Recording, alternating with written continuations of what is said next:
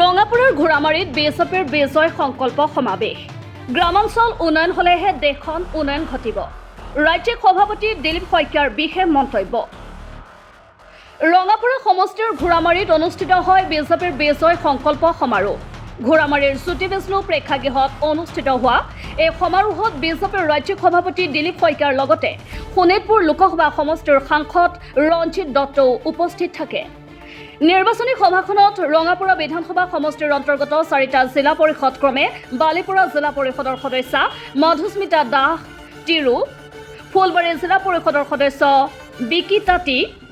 ফুলগুৰি জিলা পৰিষদৰ সদস্য কুসুম তাঁতী আৰু মানচিৰি জিলা পৰিষদৰ সদস্য মনীষা উপাধ্যায়ৰ লগতে 17খন আঞ্চলিক পঞ্চায়তৰ সদস্যাৰ হৈ প্ৰচাৰ চলাই সভাপতি দিলীপ শইকীয়াই আনহাতে কাশ্মীৰৰ পেহেলগ্ৰামত সংঘটিত হোৱা ঘটনাক তীব্ৰ ভাষাৰে গৰিহণা দিয়ে ৰাজ্যিক সভাপতি দিলীপ শইকীয়াই ভাৰত চৰকাৰৰ গৃহ বিভাগক গুৰুত্ব সহকাৰে লৈ দুষ্কৃতিকাৰীক বিচাৰি উলিয়াই কঠোৰ শাস্তি বিহাৰ দাবী জনাই সভাপতিগৰাকীয়ে কালি আমাৰ দেশখনৰ যি অঞ্চলক আমি ভূস্বৰ্গ ৰূপে জানো কাশ্মীৰ এই কাশ্মীৰত পেহেলগামত 1 কোটিতকৈ অধিক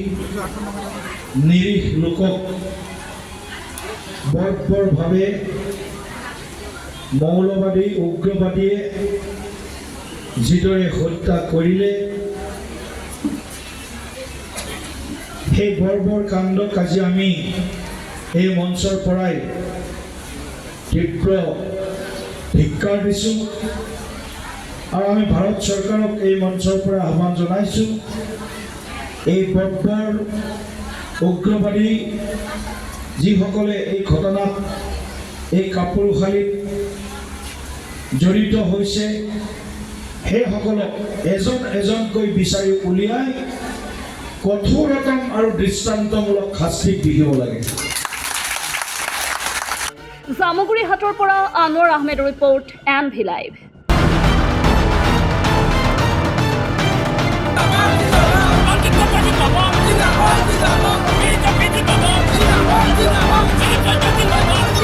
জিন্দাবাদ